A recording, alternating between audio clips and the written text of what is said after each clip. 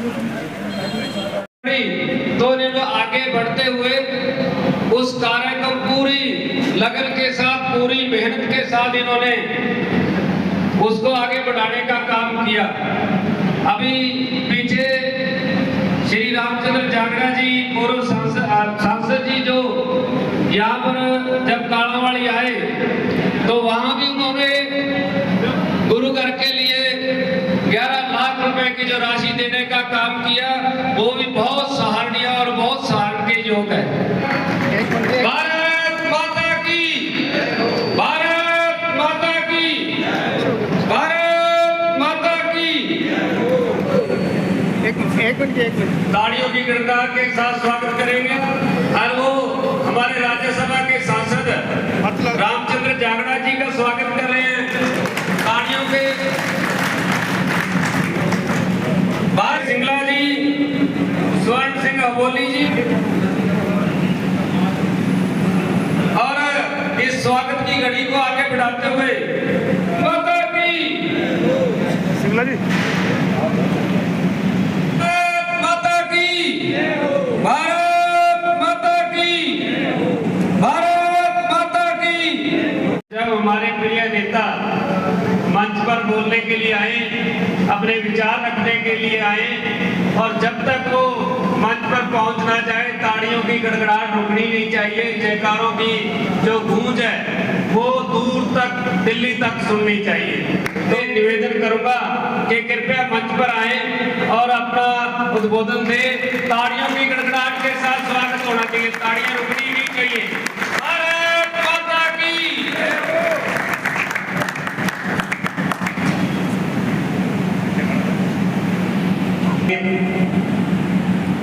मेरे बड़े भाई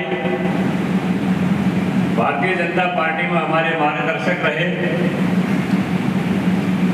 और जब मैं हरियाणा सरकार में चेयरमैन था तो वे मुख्यमंत्री जी के राजनीतिक सलाहकार थे। इनकी और कोठी मेरी आमने सामने थी, रोजाना ही हमारी चर्चाएं चलती रहती थी।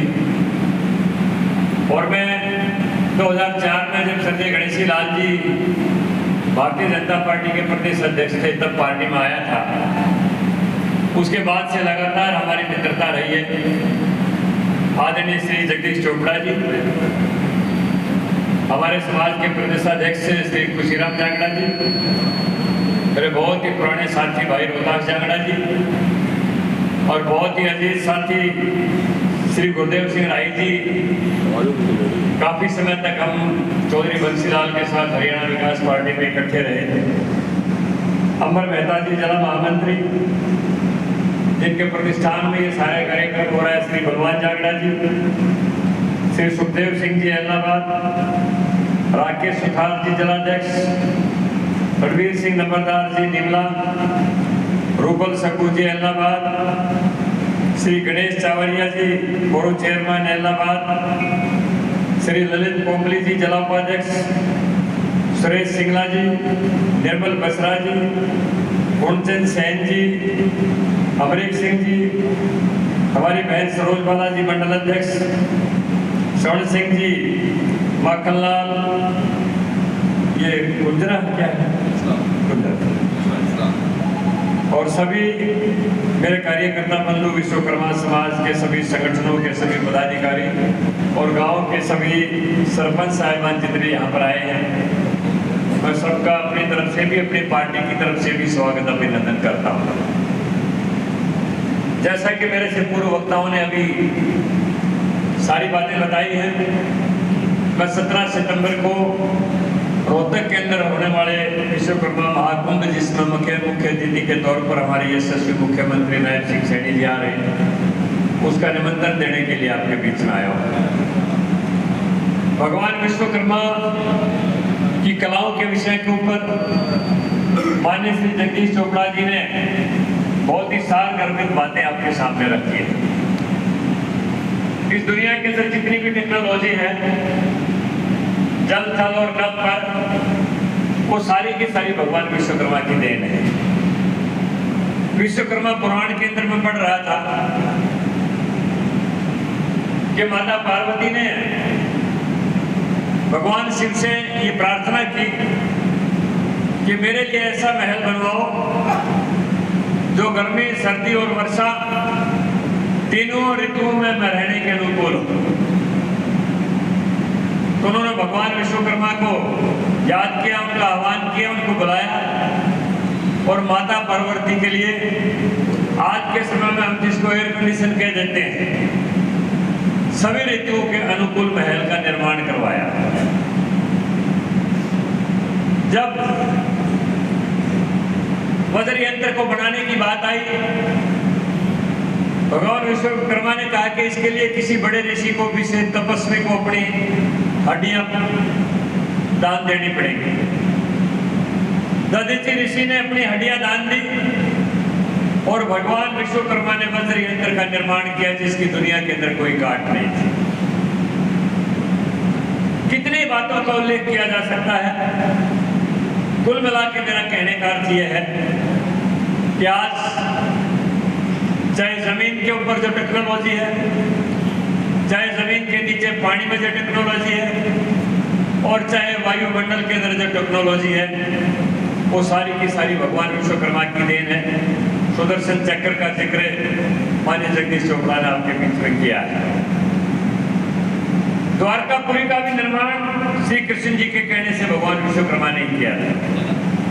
बेशक वो समुद्र के नीचे समा गई, लेकिन वो आज भी यूं की यूं इमारत वहां पर एग्जिस्ट करती है, समुद्र के अंदर भी वो है और उसके आज भी उसके दर्शन किए जा सकते हैं, उसको देखा जा सकता है। जैसा श्रीलंका का जिक्र कर रहे थे, सोने की स्वर्ण नगरी श्रीलंका का निर्माण भी भगवान विश्वकर्मा ने ही करवाया था। ऐसी कितनी बातें आपके सामने कही जा सकती हैं। 2014 के बाद से सभी महापुरुषों को, सभी आराध्य देवों को सम्मान देने का काम भारतीय जनता पार्टी की सरकार ने शुरू किया। माननीय भंवरलाल जो उस समय के मुख्यमंत्री थे, पहले मुख्यमंत्री भारतीय जनता पार्टी के स्वतंत्र सरकार के, उन्होंने इस प्रथा को चालू किया और माननीय नायब सिंह सैनी जी के नेतृत्व में आज वही हरियाणा प्रदेश के अंदर चल रही है।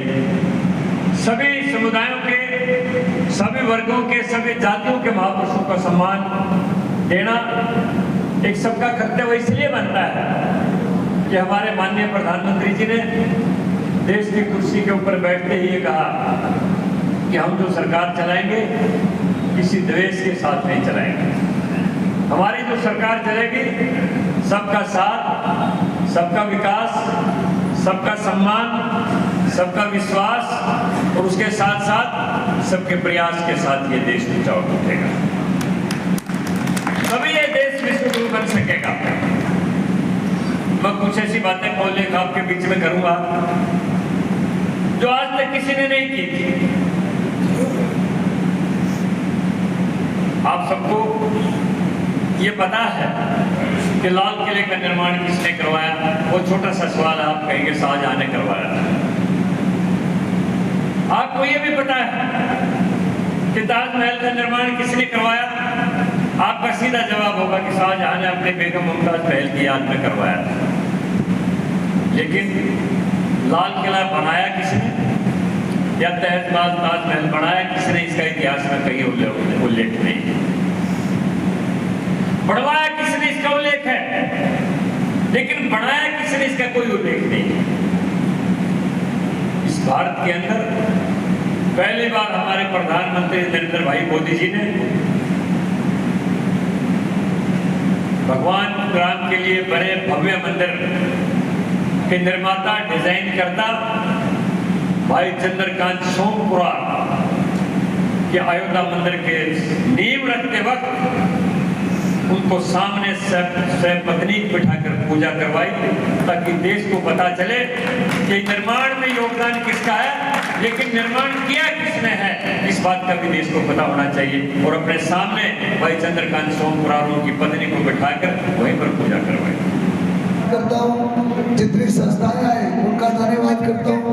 अब जावड़ा जी ने कहा भी जिसका वो काम है, चाहे कोई सरपंच है, उनके सभी के काम अभी जावड़ा साहब उनकी सुनेंगे और आप लोगों का बड़ी संख्या में।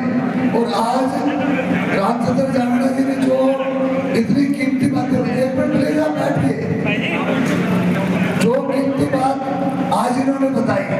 लोग पहले भाषण सुना करते, आज इतने बुद्धिजीवी जागड़ा साहब ने हमारे को इतनी अच्छी बातें बाबा विश्वकर्मा जी के बारे में बताई, हर वर्ग के लोगों के बारे में बताई।